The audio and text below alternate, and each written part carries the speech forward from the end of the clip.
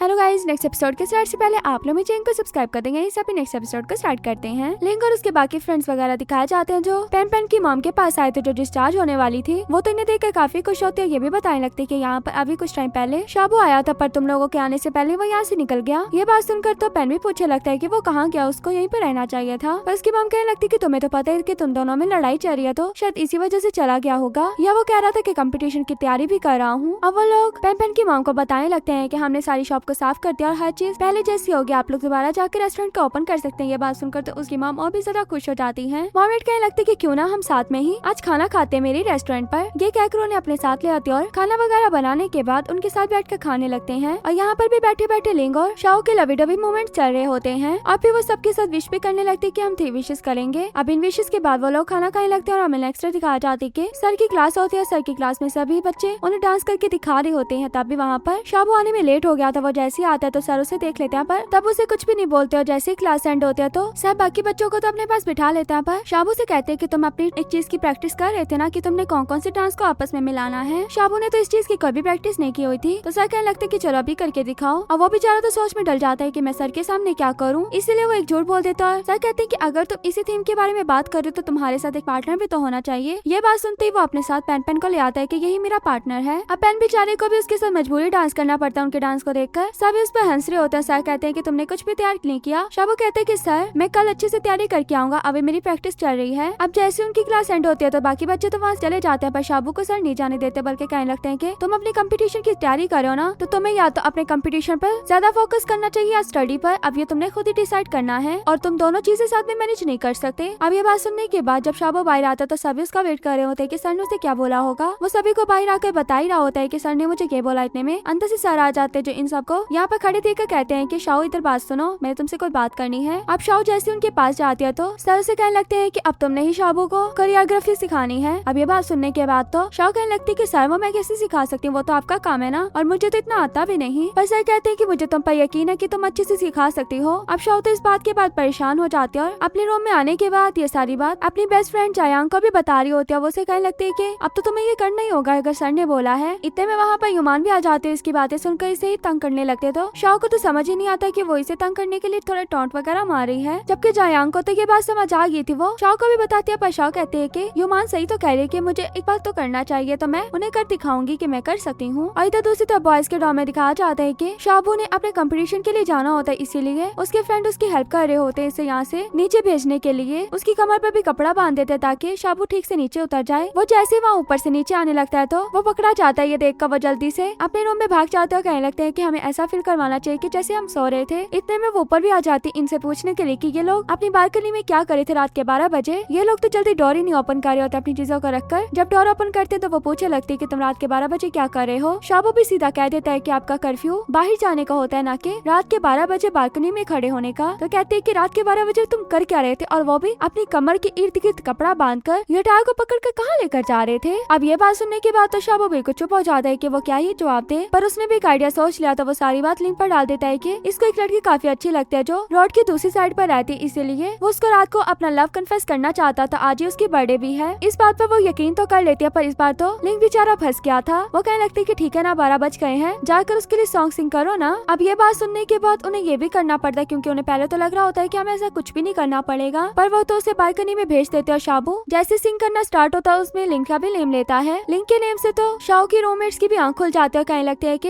ये क्या लिंक तुम्हारे लिए कर रहा है, जबकि शाओ तो ऐसे इग्नोर करी होते है जैसे उसने कुछ सुना ही नहीं। और कहने लगती है कि लिंक लगता तो काफी कोड था, पर ये नहीं पता था कि वो इतना ज्यादा रोमांटिक है, और अपना मुंह छुपाकर दोबारा से सो जाती। जबकि लिंक ये कह रहा होता है कि शाओ मैं तुम्हें लाइक करता हूँ, और बाकी लड़के भी वहाँ पर उसके पीछे यही बोल रहे होते हैं कि शाओ हाँ कर दो, पर शाओ तो बाहर ही नहीं आती। यही देखने के बाद वो कहने लगते हैं कि कोई बात है लिंक, तुम इतने ज्यादा हैंडसम कोई और लड़की मिल जाएगी, या वो तुम्हें इस तरह इग्नोर नहीं कर सकती, शायद उसे सुना ही नहीं होगा। वो तो अपनी तरफ से उसे कंफर्ट करने की ट्राई करी होती है। और जैसे वो वहाँ से चली जाती है तो शाबू कहने लगता है क्या मुझे तो नीचे भेजो जिस काम के लिए हमने ये सब कुछ किया। तो वो सब उसको यहाँ से तो भेज देता है। कंपटीशन के टाइम पर भी वो वहाँ पर पहुँच जाता है, पर ज्यादा लेट आने की वजह से उसको काफी डांट पड़ रही थी, और ये उसके लिए लास्ट वार्निंग थी कि नेक्स्ट टाइम वो लेट ना हो। जबकि नेक्स्ट डे शाओ दिखाई जाती जो उसी वीडियो को देख रही होती, क्योंकि किसी ने ये वीडियो इंटरनेट पर पोस्ट कर दी थी, और काफी शाय फील कर रही होती, एम्बैरस भी हो रही होती है। पर बार बार उसी वीडियो को देखी जाती थी। फिर अपना मोबाइल साइड में रखकर शाबू के लिए तैयारी करने लगते है कि मुझे क्या करना है। इतने पीछे से लिंग भी आ जाता है। लिंग उसके हाथ से उसकी नोटबुक को पकड़ लेता और आगे पेन पेन को पकड़ा देता है। ये दोनों जब उसकी नोटबुक को नहीं दे रहे होते तो ये भी 1 2 3 गिनना स्टार्ट हो जाती है, जिस पर ये जल्दी से इसकी नोटबुक वापस कर देते हैं और वो पूछे लगते कि तुम लोग स्माइल क्यों कर रहे हो, तो वो कुछ भी नहीं बताते। उससे पता लग गया था कि रात वाली बात से ये दोनों काफी एम्बेरस हैं। तो शाओ भी लिंग से कहने लगती है कि मैं तुमसे नाराज हूँ, मैंने तुम्हें माफ कर दिया। पेन भी उन दोनों को इस तरह देखकर स्माइल करने लगता तो वो कहते हैं कि स्माइल क्यों करो। और एक ये शाबो कहाँ पर आ गया, पहली क्लास में लेट हो गया। इतने में वहाँ पर शाबो भी आ जाता है, जो आता जाता है तो उनकी टीचर शाओ बन जाती है कि जैसा मैं कहूँगी वैसा तुम लोग सीखोगे। उनकी अच्छे से क्लास लगा रही होती है और उल्टी ही चीजें सिखा रही होती है। देखकर शाबो को ठीक नहीं लगता कि तुम ठीक से नहीं सिखा रही हो और वो उसको अपनी असल रीजन भी बता देता है कि आज मैं ऐसा बिहेव क्यों कर रहा हूँ, क्योंकि मुझे क्लास वार्निंग मिल गई है, इसी वजह से मैं स्कूल को छोड़ना नहीं चाहता, बस एक ब्रेक लेना चाहता हूँ ताकि मैं अपने कंपटीशन के लिए तैयारी कर पाऊँ। बस 1 साल के लिए ब्रेक लूंगा। ये बात सुनकर शाओ उसके लिए फिक्र करने लगती है कि तुम्हें ऐसा नहीं करना चाहिए, पर वो कहता है कि मैंने इसके बारे में पूरी रात सोचा और फिर जाकर मैंने ये फैसला करने का सोचा है। और इसी बारे में बात करने के लिए डायरेक्टर के पास भी पहुंच जाता है। डायरेक्टर को सारी बात बताता है तो वो भी इसे इसको से छुट्टियां देने के लिए नहीं मानते, बल्कि निकालने के लिए मान जाते। अगर तुम नहीं निकलना चाहते तो इस कंपटीशन को अगले साल कर लेना, और अगर तुम उस कंपटीशन को करना चाहते तो इस साल ही इस स्कूल से तुम्हें निकाला जा रहा है, क्योंकि मैं ऐसी कभी भी पर्सनल रीजंस की वजह से छुट्टियां नहीं देता। शाबो तो उन्हें काफी मनाने की ट्राई कर रहा होता है, पर वो कहाँ पर मानने वाले थे। वो तो बल्कि शाबो को कह देते हैं कि अब तुम पर है कि तुमने क्या करना है। सर कहते हैं कि तुम्हें अभी आंस देने की जरूरत नहीं है, बल्कि इस बारे में सोचना। ये कहकर शाबो को भेज देते हैं और हमें युमान दिखाई जाती है जो प्रैक्टिस रूम में मिसियो का वेट कर रही होती। मिसियो थोड़ा लेट हो गई थी और आकर बताने लगते हैं कि शाबो की वजह से थोड़ा लेट हो गई, क्योंकि वो स्कूल को ड्रॉप करना चाहता है। ये बात सुनकर तो युमान भी उसकी फिक्र करने लगते। उसी के बारे में जब सोच होती तो मिसियो से आवाज देकर कहते हैं कि किसके बारे में सोचे, अभी मुझे करके दिखाओ। तो युमान भी उनके कहने पर करने के लिए चली जाती है और शाओ दिखाए जाते जायांग के साथ, जिन्होंने कुछ प्रिपरेशन वगैरह की होती, जबकि इस बारे में जायांग को कुछ भी नहीं पता होता। ये तो अभी 1 सेकंड पहले शाओ ने उसे बताया। और क्लास की तरफ जब शाबो आ रहा होता है तो आगे से पेन उसे कहता है कि यहाँ पर आओ। तो वो सोचे लगता है कि ये तो हमारी क्लास भी नहीं है, पर फिर भी उस तरफ चला जाता है और आगे से पता लगता है कि वो तो इसका काफी अच्छे से वेलकम करते हैं, वो भी अपने ग्रुप में, क्योंकि उन सब ने इसे माफ कर दिया था। इस बात से तो शाबो भी काफी खुश होता। फिर उन्हें एक बैड न्यूज ये भी बता देता है कि वो लोग मुझे ब्रेक नहीं देना चाहते, बल्कि चाहते हैं कि मैं स्कूल ही ड्रॉप कर दूं, और मैंने भी सोच लिया कि मैं ड्रॉप करने वाला हूँ। ये बात सुनकर वो सभी उसके लिए परेशान हो जाते हैं कि अगर तुम्हारा उसमें भी कुछ न बना, आगे करियर का क्या करोगे। पर इतने में शाबो को कॉल आती है कि तुम्हारी मॉम बेहोश हो गई थी तुम्हारे ड्रॉप का सुनकर। ये बात सुनते वो दोस्तों को बताकर वहाँ जाने लगता है, पर उसके दोस्त भी उसके साथ ही हॉस्पिटल की तरफ आ जाते हैं, जहाँ पर उसके डैड शाबो को देखकर गुस्सा कर रहे होते कि तुम्हारी मॉम की ये हालत तुम्हारी वजह से हुई है। और दोस्तों युमान दिखाई जाती है जो अपना चेकअप करवाने के लिए आई होती है। वो जैसे चेकअप करवाने के बाद वहाँ से जा रही होती है तो पीछे से उसे जाते हुए शाबो देख लेता, जो उसको आवाज देता। वो जल्दी से अपनी पर्चियां वगैरह को छुपा लेते और शाबो से बात करने लगती। शाबो कहता है कि तुम यहाँ पर कैसे, तो कहती कि मैं बस चेक करवाने के लिए आई थी, जबकि शाबो से बताता है कि मेरी मॉम की तबीयत नहीं ठीक, वो यहीं पर हॉस्पिटल में है। ये बात सुनकर वो भी उसके साथ उसकी मॉम का पता लेने के लिए आ जाती है और शाबो ने बताता है कि ये बहुत ही ज्यादा अच्छी डांसर और टॉपर भी है। तो उसकी मॉम कहती है कि देखो इससे कुछ सीख लो, ये अपना डांस कंटिन्यू रख रही हो ना, जबकि तुम्हें तो बस कंपटीशन में जाने की पड़ी हुई है। हमने इतनी ज्यादा मेहनत करके तुम्हें उस कॉलेज तक भेजा, पर तुम तो उसको भी ड्रॉप करने पर तुले हो। वो काफी ज्यादा शाबो को डिमोटिवेट कर रहे होते हैं। तो ये देखकर युमान कहने लगते कि ऐसी कोई भी बात नहीं, अगर वो अच्छा डांसर बन भी जाता है तो कल को उसे ऐसे ही लगेगा कि उसने अचीवमेंट तो पा ली, पर उसका ड्रीम पूरा नहीं हुआ। अब जो उसका ड्रीम है अब वो तो पूरा होने दे, सिंगिंग करने का। शाबो तो काफी खुश हो जाता है कि किस तरह युमान उसका साथ दे रही है। और ये भी युमान कहते हैं कि आप जब फ्री हो तो इसकी बात अच्छे से सुनना कि ये क्या चाहता है। और यहीं पर हमारा ये पार्ट भी एंड हो जाता है। वीडियो अच्छी लगे तो वीडियो को लाइक करना।